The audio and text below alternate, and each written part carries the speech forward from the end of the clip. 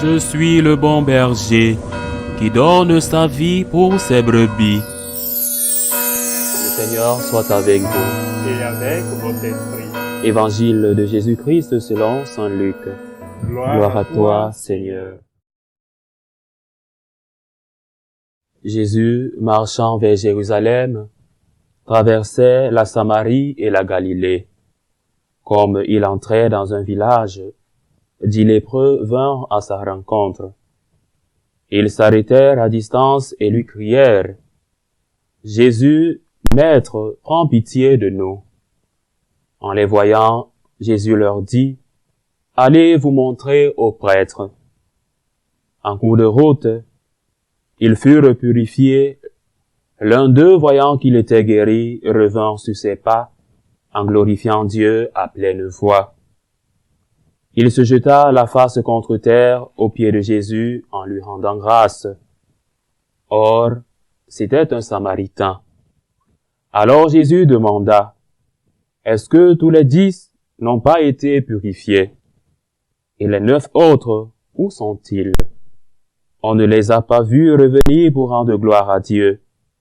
Il n'y a que cet étranger. » Jésus lui dit: « Relève-toi et va, ta foi t'a sauvé. » Acclamons la parole de Dieu. Louange à toi, Seigneur Jésus. L'un d'eux, voyant qu'il était guéri, revint sur ses pas, en glorifiant Dieu à pleine voix. Il se jeta la face contre terre aux pieds de Jésus, en lui disant: « Seigneur, merci », en lui rendant grâce. Bien-aimés de Dieu, chaque fois que nous lisons ce passage de l'évangile de Saint Luc, nous sommes remplis de joie, nous franciscains de Marie, parce que c'est l'une de nos sources, la source de notre spiritualité, la spiritualité de la gratitude. En plus d'avoir l'Eucharistie comme cœur de notre spiritualité, nous avons aussi cet évangile comme fondement scripturaire de la spiritualité de la gratitude. Nous sommes donc dans l'allégresse chaque fois que nous méditons sur ce passage de Luc au chapitre 17, des versets 11 à 19. Ce passage raconte l'histoire de 10 lépreux qui demandent la guérison à Jésus, et Jésus leur ordonne d'aller se montrer aux prêtres, et en chemin, ils sont guéris. Cependant, seul un d'entre eux, un Samaritain, un étranger, revient pour remercier Jésus. Pour mieux comprendre le contexte de l'évangile, pour mieux comprendre la structure, le mieux pour nous, c'est de revoir le contexte historique et culturel. Les lépreux étaient considérés comme des marginalisés dans la société juive, et leur maladie les rendait impurs, ce qui les isolait des autres. Le fait que l'un d'eux soit un Samaritain souligne les tensions entre Juifs et Samaritains à l'époque de Jésus. Les lépreux étaient considérés comme des pécheurs. Cette maladie était pour les Juifs une punition divine. Si c'était la personne qui portait la maladie qui avait péché, les Juifs disaient que ça devait être justement soit un descendant ou un ascendant, un parent ou un ancêtre. Le retour du Samaritain pour rendre grâce est significatif, illustrant l'idée que la foi et la gratitude transcendent les barrières culturelles et religieuses. La guérison physique et spirituelle contenue dans l'Évangile. Bien que tous les lépreux aient été guéris, seul le Samaritain a reçu la guérison spirituelle. Les autres ont justement reçu une guérison corporelle, mais cela ne suffisait pas. La guérison spirituelle est donnée par la gratitude qui est la reconnaissance de la grâce de Dieu, le don de Dieu dans notre vie. Seul donc ce Samaritain a reçu la guérison spirituelle, symbolisée par la reconnaissance et la gratitude envers Jésus. La foi. Il a eu la foi.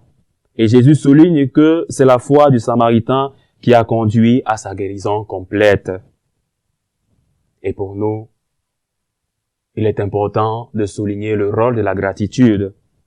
Le récit met l'accent sur le fait que la reconnaissance de la grâce reçue est essentielle dans la vie spirituelle. Combien de fois remercions-nous pour les miracles que Dieu opère dans nos vies? Les miracles quotidiens, la santé, le travail, tout ce que Dieu réalise de bien dans nos vies. Nous demandons parfois des miracles corporels, matériels. Le mieux serait aussi de demander à Dieu, de demander à Jésus la guérison spirituelle. Seigneur, guéris mon âme du manque de gratitude. La première lecture que nous avons écoutée est aussi très significative. Ce passage exhorte les croyants à être soumis aux autorités, à agir avec bonté et à se souvenir de la miséricorde de Dieu. Toujours se souvenir de la miséricorde de Dieu parce que c'est elle qui est donnée généreusement. Dieu est miséricorde, Dieu est amour, Dieu est infinie compassion.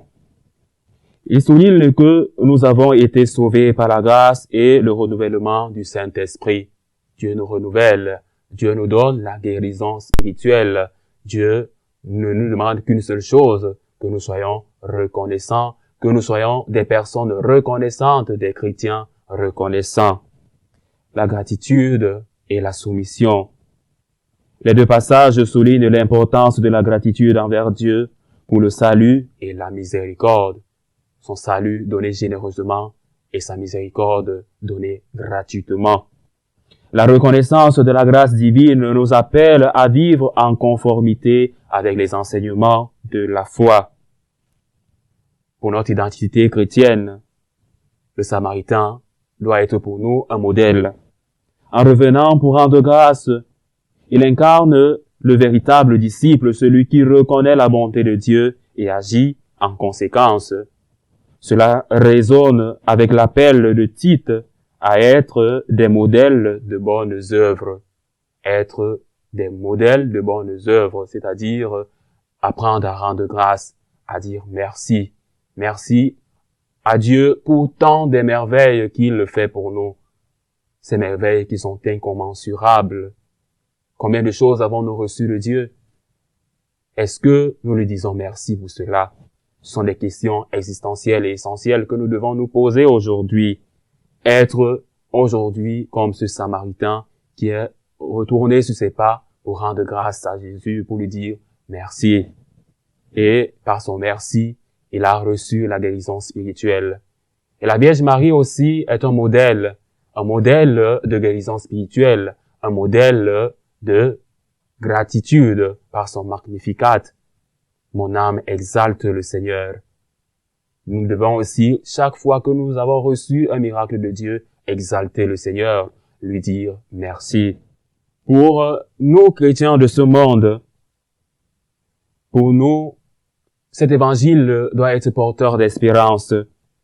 Et bien avant nous, des pères apologètes, comme Tertullien et Justin martyr, ont défendu la foi chrétienne en soulignant la nécessité de vivre selon les valeurs chrétiennes.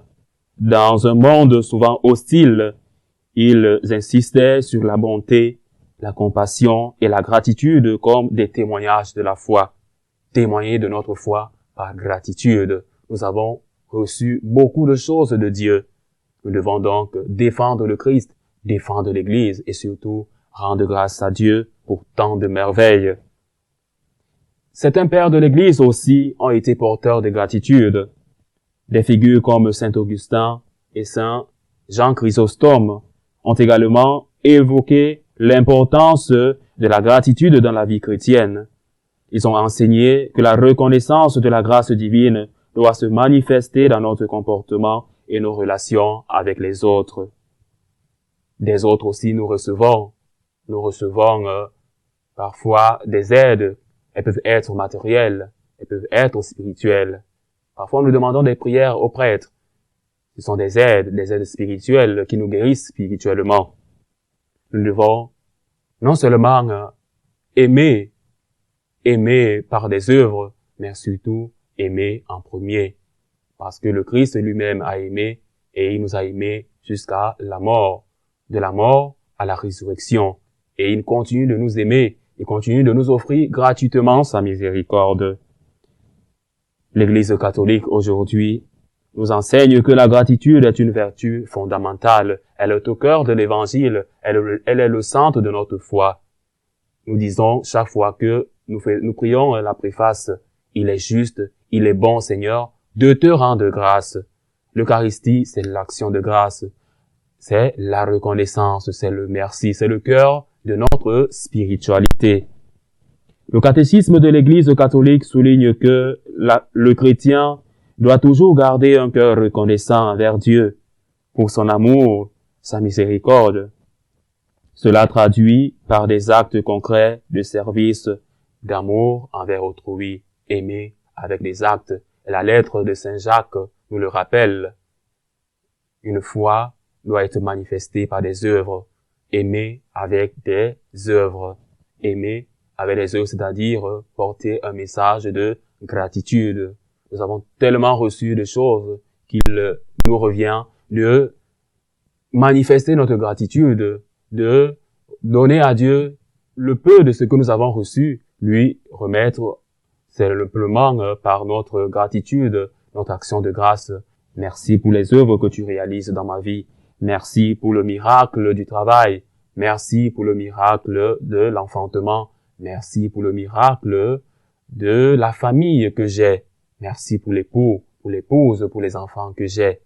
Être porteur de gratitude parce que Dieu le mérite, parce qu'il est Dieu. Et en plus, il est le premier qui s'est donné gratuitement, qui a su rendre la parfaite gratitude au Père. Jésus, comme le Fils, a été le premier à être missionnaire de la gratitude. Et nous, aujourd'hui, nous voulons imiter Jésus qui s'est donné généreusement, qui a été pour son Père l'offrande la plus parfaite. Me voici, Seigneur, je viens faire ta volonté. Toujours faire la volonté de Dieu, parce que Dieu le mérite.